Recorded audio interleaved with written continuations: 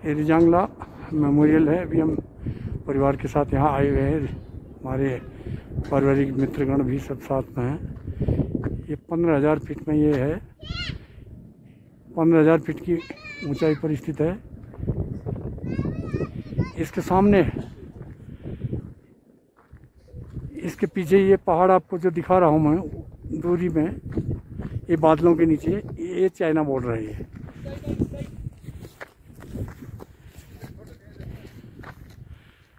ये जो है वीर शहीदों की याद में ये बनाया गया है।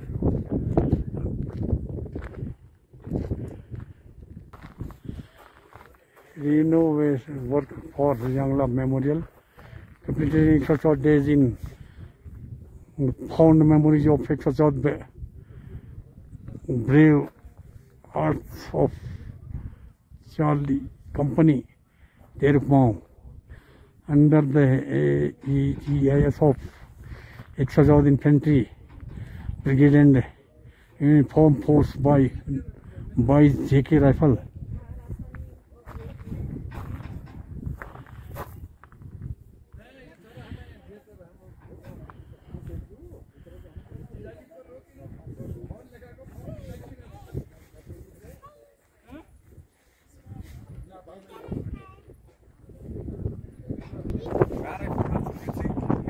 शहीद 114 जवानों की शहादत की याद को ताज़ा रखने के लिए अगस्त 1963 में 13 को महोत्सव बनाया गया। 2021 में इसका नवीकरण किया गया, जिसमें मेरे बाएं शैतान सिंह ऑडियोविजुअल हॉल और मेरे दाएं रिजांगला गैलरी को शामिल किया गया।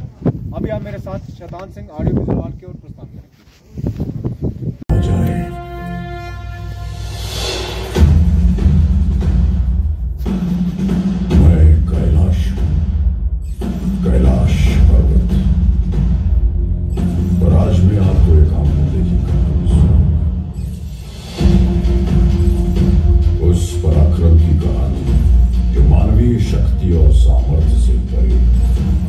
शौर्य की कहानी, जिसे हमने आंखों से न देखा होता तो किंवदंती कहकर झुठलाते थे। उस अदम्य साहस की कहानी जो घटते हुए तापमान के साथ और बढ़ा। उस युद्ध की कहानी जो भारत के रणबांकुरों में आखिरी गोली और आखिरी सांस तक रहा। ये कहानी है 1962 के भारत चीन युद्ध की। ये कहानी है रिजांगला की। हिंदी चीनी भाई भाई का नारा लगाकर हमारी पीठ में विश्वासघात का खंजर उतार देने वाला चीन आज भी रिजांगला की लड़ाई याद करके थर्रा उठता है। बात तब की है जब हमारी आजादी को सिर्फ 15 वर्ष हुए थे। हम घुटनों से उठकर पैरों पर खड़े होने की कोशिश कर रहे थे। हमारे सैनिकों की छातियां साहस और संकल्प से भरी हुई थी, लेकिन हमारे हथियार घर अत्याधुनिक हथियारों से खाली थे। मित्रता की आड़ में छुपकर चीन ने हम पर आक्रमण कर दिया। जब तक हम उनकी नीयत भांप पाते, संभल पाते, वो हमारी सीमाओं में भीतर तक प्रवेश कर चुके थे। चीन की गिद्ध दृष्टि उस सेक्टर पर थी जो सामरिक दृष्टि से जीतना उनके लिए बेहद जरूरी था, चुशूल। इसी के फलस्वरूप जम्मू कश्मीर के बारामूला में स्थित 13 कमान को चुशूल सेक्टर में डिफेंसेस इख्तियार करने का हुक्म दिया गया। 2 अक्टूबर 1962 को कमान अधिकारी लेफ्टिनेंट कर्नल HS ढींगरा की अगुवाई में 13 कमाओं ने ले पहुंचकर 114 इन्फेंट्री ब्रिगेड में रिपोर्ट किया। 13 अक्टूबर 1962 को बटालियन चुशूल एयरफील्ड की सुरक्षा के लिए रवाना हुई तथा 24 अक्टूबर 1962 तक पूरी बटालियन चुशूल में एकत्रित हो गई। यहीं चुशूल की घाटियों में समुद्र तट से 16,440 फीट की ऊंचाई पर स्थित है रिजांगला। रिजांगला दक्षिण पूर्वी दिशा में एक प्रहरी की तरह खड़ा है और चुशूल घाटी को दिन रात सुरक्षा प्रदान कर रहा है।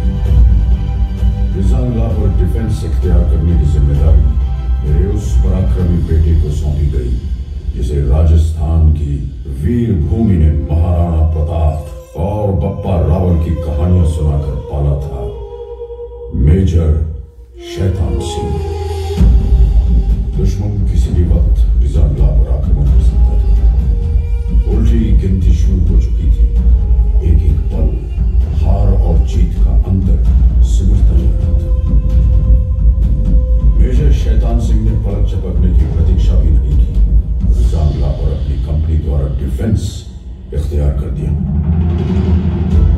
इन बर्फीली घाटियों पर तापमान 0 से 40 डिग्री नीचे तक फिसल जाता है और विज्ञान कहता है कि इंसान का शरीर इतनी ठंड बर्दाश्त करने के लिए नहीं बना।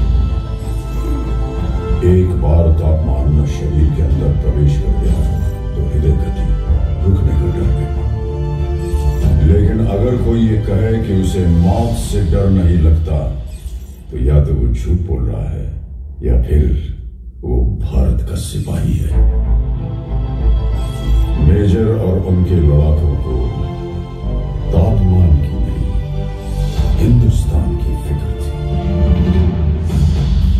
18 नवंबर 1962 प्रातः 4 बजे नायक हुकुमचंद के नेतृत्व में नंबर 8 प्लेटून के एक पेट्रोल ने भारी संख्या में दुश्मन को अपनी प्लेटून की तरफ बढ़ते देखा। उन्होंने तुरंत बड़ी लाइट फायर और लाइट मशीन गन के बर्स्ट से सबको अलर्ट किया, जिसके फलस्वरूप पूरी कंपनी स्टैंड में आ गई। मेजर शैतान सिंह ने सभी प्लेटून कमांडरों को हुक्म दिया कि वो अपने अपने इलाके के आगे पेट्रोल भेजें ताकि दुश्मन के बारे में अधिक से अधिक जानकारी हासिल की जा सके। जिसके बाद तमाम पेट्रोल्स ने भारी संख्या में चीनी सैनिकों के मौजूद होने की पुष्टि की। सवेरे 5 बजे दुश्मन ने हमारी नंबर 7 और नंबर 8 प्लेटून पर सामने से हमला कर दिया। दुश्मन का आक्रमण बहुत भारी था, लेकिन हमारी वीरता को हल्का समझने की गलती चीनी कर चुके थे। हमने अपनी लाइट मशीन गन और मोटर्स का मुख खोल दिया और देखते ही देखते लाशों के ढेर लगा दिए। ज्यादातर चीनी मारे गए और जो बच गए वो जान बचाकर पीछे भागे। सामने से आक्रमण विफल होने के पश्चात दुश्मन ने दूर से गोलीबारी शुरू कर दी। जमादार हरिराम के नेतृत्व में हमने इस गोलीबारी का डट के मुकाबला किया, लेकिन वो गिनती में बहुत ज्यादा थे और हम बहुत कम। चीन की सेना ने इस इलाके पर कब्जा कर लिया और हमारे वीर सिपाही संगीनों पर सर रख के हमेशा के लिए सो गए। तभी उत्तरी छोर से नंबर 7 प्लेटून पर भी दुश्मन ने हमला बोल दिया। जमादार सुरजा ने 3 इंच मोटर सेक्शन को आगे बढ़ते दुश्मन को निशाना बनाने का हुक्म दिया। मोटर सेक्शन ने कारगर फायर डालते हुए दुश्मन को भारी नुकसान पहुंचाया। दुश्मन ने अतिरिक्त जवानों और मीडियम मशीन गन के साथ फिर से हमला किया। इस बार लड़ाई सिर्फ बंदूकों और गोलियों से नहीं, हाथों से भी लड़ी गई। कुश्तीबाज लांस नायक सिंहराम यादव ने 10 चीनी सैनिकों को बालों से पकड़कर चट्टानों पे पटक पटक कर मार डाला। उनकी फौलादी भुजाओं से टकरा के चीनियों के हौसले चढ़क गए। इस प्लेटून के समस्त सैनिक अटल शौर्य के साथ लड़े और हंसते हंसते वीर गति को प्राप्त हुए। अब दुश्मन अपने आक्रमण का रुख प्लेटून नंबर 9 की ओर मुड़ चुका था। चीनियों ने भीषण गोलीबारी की और हमने एक एक गोली के जवाब में 10-10 छातियां आगे कर दी। मैंने अपनी आंखों से देखा मेजर शैतान सिंह का शौर्य। मैंने देखा उस जाबाज का जलाल, देखा कि कैसे उसके सीने से टकरा के संगीनों की धार मुड़ गई और कैसे उसकी ललकार सुन के चीनी आंखों की नींद उड़ गई। मेजर शैतान सिंह के बदन में चीन का लोहा घुसता रहा और वो दिलेर चीनियों की बुजदली पर हंसता रहा। बदन खून से लथपथ था, लेकिन आवाज में बिजलियां अब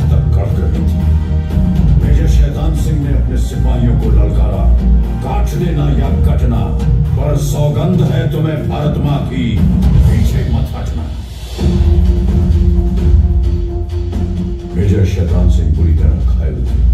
उन्हें फौरन सुरक्षित ठिकाने की तरफ बढ़ने का आदेश दिया गया, लेकिन उन्होंने इनकार कर दिया। उन्होंने नायक रामचंद्र यादव और उनके साथ एक और जवान को बटालियन हेडक्वार्टर भेज दिया ताकि वो दुश्मन के आक्रमण की खबर पहुंचा सके। मेजर शैतान सिंह आखिरी गोली और आखिरी सांस तक लड़े। फिर भारत मां की जंग में अपने प्राणों की आहुति दी। तकरीबन 16 घंटों तक चले इस महासंग्राम में चीन ने 1300 सैनिक खो दिए। चीन के अखबारों में भी भारतीय सैनिकों की वीरता के किस्से छपे। ऐ शहीद मुल्को मिल्लत, मैं तेरे ऊपर निसार, अब तेरी हिम्मत के चर्चे गैर की महफिल में हैं।